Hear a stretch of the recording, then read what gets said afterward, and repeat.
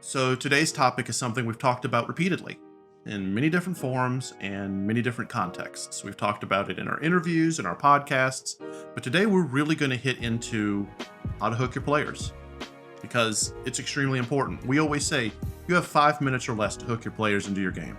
And if during those 5 minutes, if you haven't hooked them, you've lost them and they're going to go on to something else.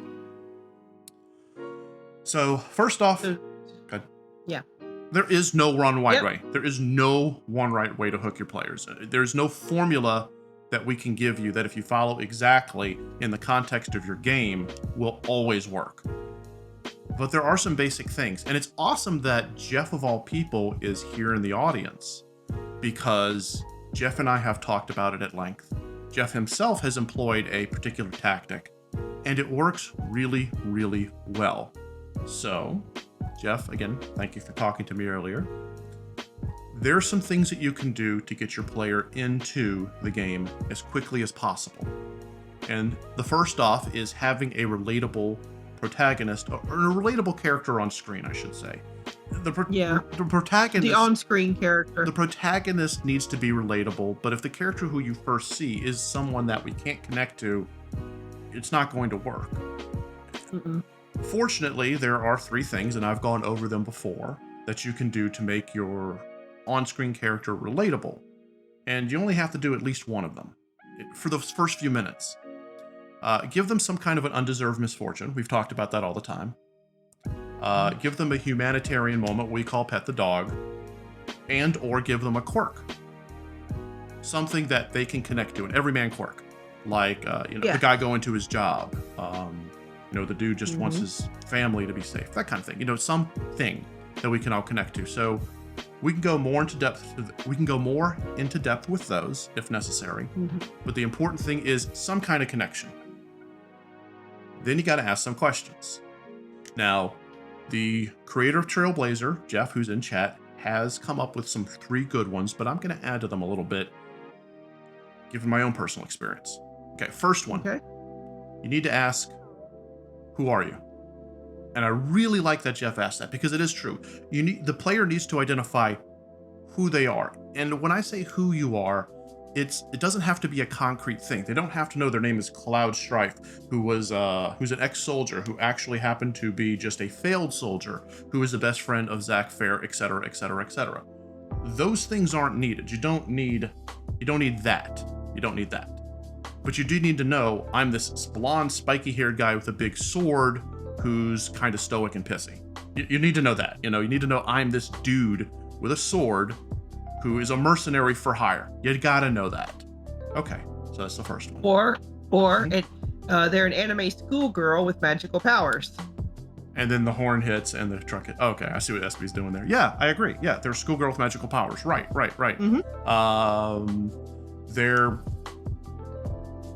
They're a slime. They're a slime. Yes. You have to have that. That's very important. Right. So what does that mean in relation to hooking your player? Well, think of it like this. If you're starting a game and there's just disembodied voices talking for 3 or 4 minutes, it's not going to work out. It's going to cause a bunch of disconnect between the player and the developer. Huge disconnect. There needs to be a sense of identification, and I think that's really the first big takeaway. It's the identification between the player and the character, the player and the game. You can't connect to a disembodied voice. You can't connect to something that doesn't have any identity at all. Yeah, you can have a disembodied voice say, hello, hello, wake up. Look at the beginning of Fallout 3, where you are born. You're born, and the first thing you see is your father's face. James. You see James. Yeah. But you have this connection that this is your father and you're being born. They have the lights come up. You hear the, hey, they're coming out. You hear the heartbeat monitor going off from the mother. You're being born. You're being born. Okay. Yeah. Instant identification. I'm a newborn. Perfect. So anything to self-identify what you are, who you are, will satisfy that requirement. Frost, you'd be you're kind of in the minority there. The text Frost is saying that the black screen with text is their favorite character. I think Frost is But being facetious. That makes me think of that horribly long text box opening of the first Xenosaga game. Oh man, dude, they just too much.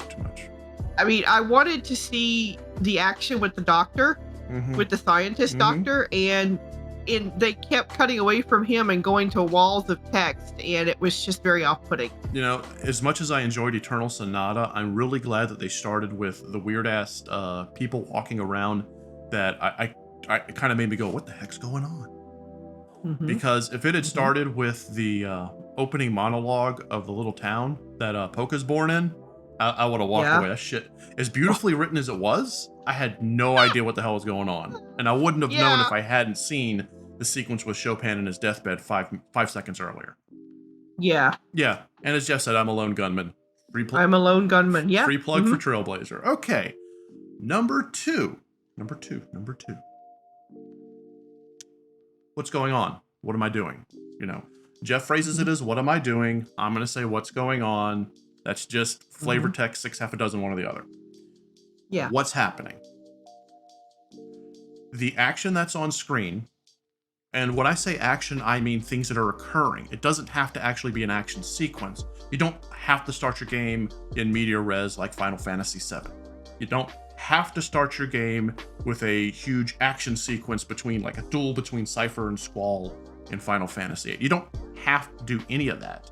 Your game can start on the lower key side. That's totally okay. But what is happening has to be identifiable to the player as soon as possible. Yeah.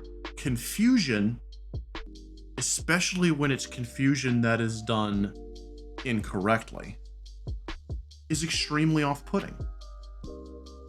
It doesn't create... There's a difference between creating a sense of what the heck is happening versus what's going on. You know, look at it like... Yeah, and unfortunately, too many games dump you into the what's going on category. Right. You know, and here's a good one. Will says, I'm here to save the woman and child. Another Trailblazer plug. Yeah, but why not? But it's a good plug. It's good. Yeah, it's good. It's good. That's a very good example. And well, when this is over with, if you want to go ahead and drop a link to your game, please do so, because you answer those questions masterfully. Your game is super hooky. Hooky, yeah. But seriously, yeah, you got to have the player has to know what is occurring, even if they don't know why it's occurring. You know, let's say you start with a game where it's a samurai game, and your samurai is holding on to their side, and blood is coming out, and they're limping along the road. And in the background, you hear the sound of wailing, you know, because there was a giant battle. But they don't know it's a battle. The player has no idea there was a giant war. They just see your samurai limping, and you hear people wailing in the background, and then maybe the sound of clinking swords or whatever. They know who you are. You're a samurai. They know what is happening. You're bleeding and walking along a road. That's what you need to know. That's what I mean by answering the question, what's happening? So stay away from being vague there too. Yeah. This is not the time to be edgy and vague. No, you got plenty of time to throw out metaphors at people. You got massive amounts of time, the entire gameplay, to throw out metaphors and be an edgelord. Trust me. And you can get away with it too. Okay. Last question from Will, from Jeff, and I got one to add on after that. Why is it important? Why is what's happening to the character on screen, why is what's happening to the player important? Okay. So... That's called the stake. Yeah, what's the stake? Thank you. What's the stake? What's the stake? What is the stake? Okay, so let's... I'm sure, Jeff, go ahead and pop up your answer from Trailblazer, but let's talk about our Ronin Samurai. There we go. Because if I don't, no one else will do it, bad things will happen. Huzzah! And... Yeah, that's it. Let's talk about our Ronin Samurai. What's at stake? I'm bleeding out. I'm dying. There you go. That's it. I'm dying. Yeah, that's it. I'm dying. And you don't have to have a massive, like, super hyper important stake. Now I want steak. Even a medium rare steak, right? Medium rare. But it's true though. It's true though. You don't have to start the game with a stake in which the whole world's at risk. Oh, yeah. You don't even have to start a game where your character's life is at risk. Look at the beginning of San Andreas, my favorite GTA game. It answers those 3 questions. Question number 1, who am I? I'm CJ. Question number 2, what's happening? What am I doing? I'm returning to San Andreas after years of not. Question number 3, why is that important? I'm here to bury my mom. Boom. All 3 questions answered. I'm hooked in. You know, I think, just a personal opinion, I would stay away from question number 3 being, you know, I'm going to save the world, or some huge, whatever example you gave. I forget. You gave some kind of example Saving the world, some huge, saving the world. I would stay away from big stuff like that, because that's not something you can really hook into or relate to. It's too big. I agree. I would agree. It depends on the circumstance. Of course, there are times where that is a huge deal. Okay. But on a whole, on a normal level, yeah, I would stay away, because think about it this way. If you start your game with, if I fail this, the world is destroyed, then you have 2 options, okay? Either you go back and get us to how we got there, which is fine, or you try to you escalate. And how can you escalate past the world being destroyed? The solar system. Okay, it's Dragon Ball Z at that point, because it's the solar system, the galaxy, the universe, the multiverse. Woo. You know? Yeah. You know, save yourself some room. All right, now the 4th one, and I'm going to add this on to Jeff's list. Why should I care? That has to be answered. Yeah. Why should I care? Should I care? If you can't forge an emotional connection with what's happening on screen, you cannot hook your player. It is not possible. Mm-hmm. You could have the most interesting things in the world occurring. They could be so badass. Super graphics, amazing soundtrack, you know, particle effects everywhere. You can have it jump into the world's greatest battle in the entire universe. Oh, it could be, that's a technical term. Mm-hmm. But it doesn't matter. You can have 300 pieces of flair, and if I don't care, I ain't staying there. No, you're not. So, yeah, thank you, Jeff. I appreciate that. Yeah. So you have to. I would argue. I would put forth the supposition that those first 3 questions definitely lead to the 4th. Mm-hmm. The 4th one is dependent on the first 3 being answered. Yeah. But the fourth question, why should I care, is the whole point. I agree. That is the hook. Why should I care? I agree completely. Why should I care? And if you have the on-screen character being relatable, if you have the on-screen situation being understandable, and if you can put it in the optics of here's what at stake, then that last one should come naturally. Uh-huh. So if you follow those examples, that will allow you to hook your player in. And I think that is the magic that a lot of new devs forget. They look at it like, I have to have this huge cool thing. I have to have this flashy thing. I have to have this world lore dump that shows how amazing this world is that I created. And what devs forget is that it's not about all the cool stuff that you're going to show them. It's about getting a player to look at your game and go, yeah, I want to find this out. I want to experience this. Yeah. Because if a player doesn't want to experience something, they're not going to. They're going to quit your game and they're going to go play something else. Yeah. So give them a reason to care. Mm-hmm. Jeff, go ahead and, while we're on the video, go ahead and pop in that link to the Trailblazer itch.io page. The game is really good, guys. It's an RPG Maker game, which, like RPG Maker or not, well, Jeff does amazing things with the engine. It's a spaghetti western, which is awesome, because I love westerns. And it's a good game. It's a good game. There you go. Cool. Cool.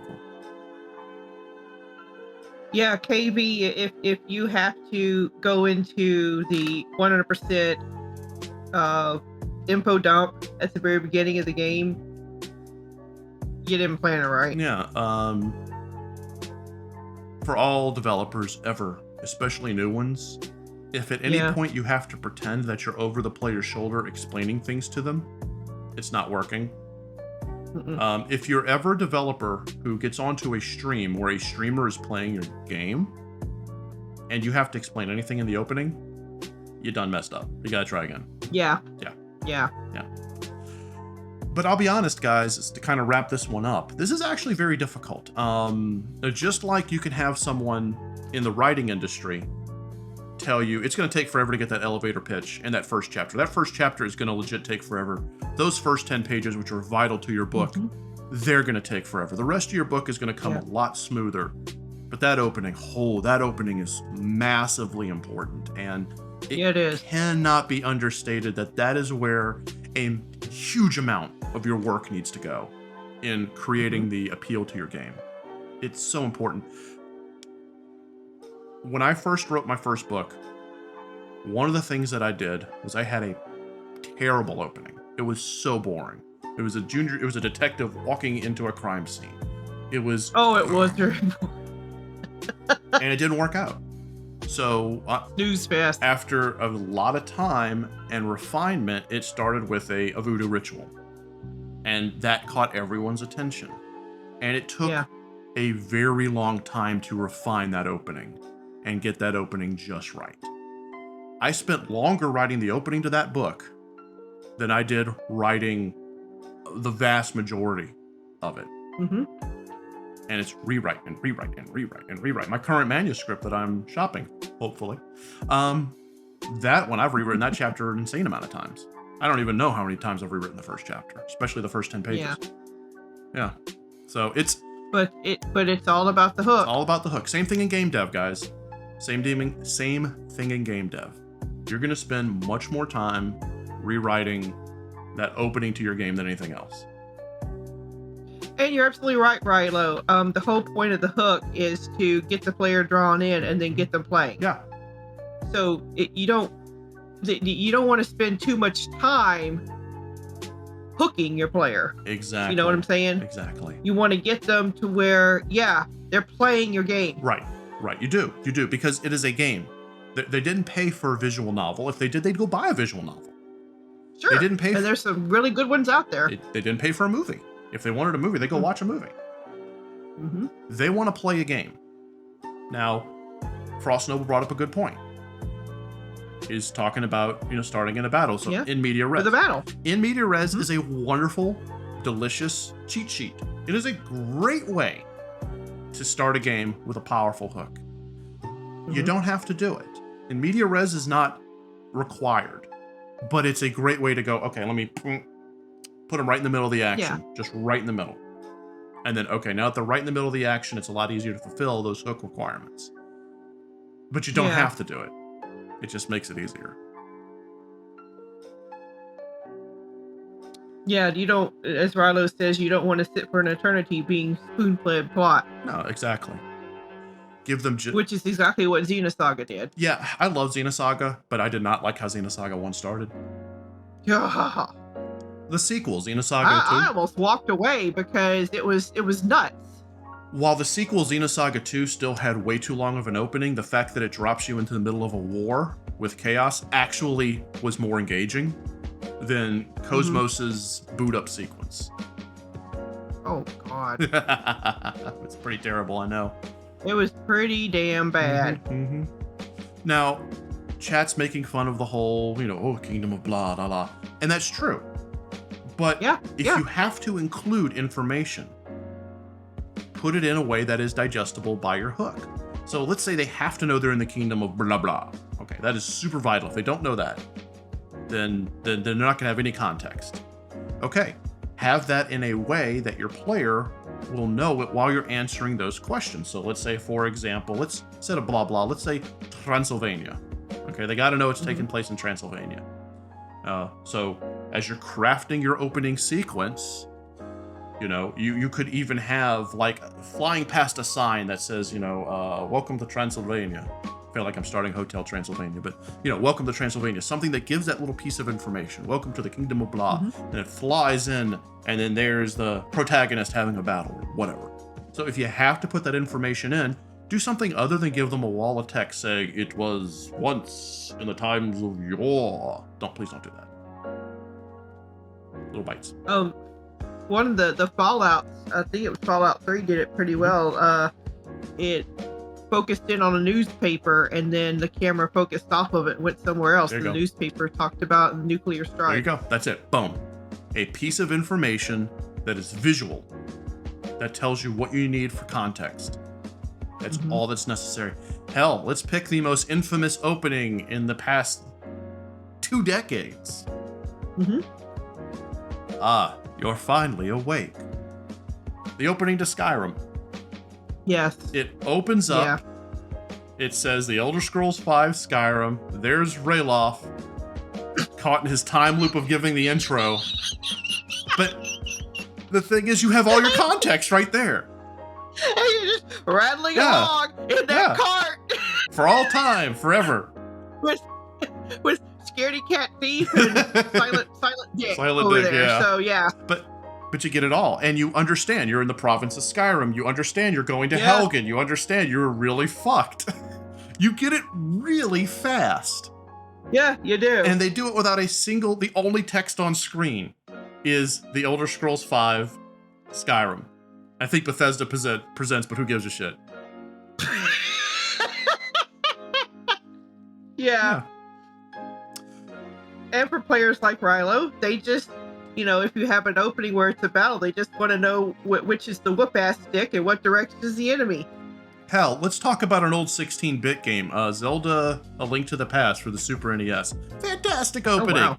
Link wakes up it's so dry. He wakes up in bed. This kid wakes up in bed, but there's the uncle with a sword and a shield going, stay outside, stay inside, I'll be back. And he leaves, and it's raining, and then there's Link. He gets out of bed, it's like, where the fuck did my uncle go? He goes outside, and the next thing you know, he's killing Ganon and saving the Triforce. I mean, wow. It's a hell of a hook. And it's a kid waking up in bed. Shit, Undertale. That's another one. Undertale, you plunk, land on a freaking flower bed after falling down a mountain. I mean, it's a teensy bit of exposition, and then you're involved in one of the arguably best RPGs made in the past decade. I mean, it's just, you don't have to give a ton of exposition or exhibition or any of that bullshit. You just need to connect the player to the game. And Kuda Dude brought up another really interesting little tidbit of a scene is when you're rolling through the town and the parent tells the child, go inside. Yes. And the little child tries to argue and dad's like, no, you're going inside now. And they even add a tiny little taste of just how the culture is by having him call the kid pup. Yeah. It's so relatable. That's Henning, I believe. He's like, Papa, why are there soldiers here? Go inside, Papa. But Papa, I want to see the soldiers. Henning inside now. Yes, Papa. Yeah. I mean, you get the culture of the province right then and there. You get it right there.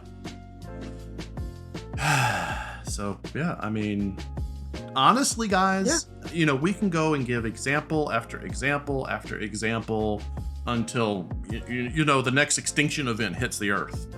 You need to create an emotional connection between the player and the game. If you don't do that, it doesn't matter how good your game is, the player's never going to play it. Yeah. If you do this, if you go through these steps, and again, remember, there's no one right way. There's no formula where if you do it, you're always going to succeed. But if you answer questions like these that create an emotional connection between your game and the player will play your game because you've hooked them. And that's half the battle right there. So, if you like what you saw, leave a smack down the like button below, subscribe to our channel, consider supporting us on Patreon, connect with us over Facebook, Twitter, Discord, and we will see you in the next video. See you next time.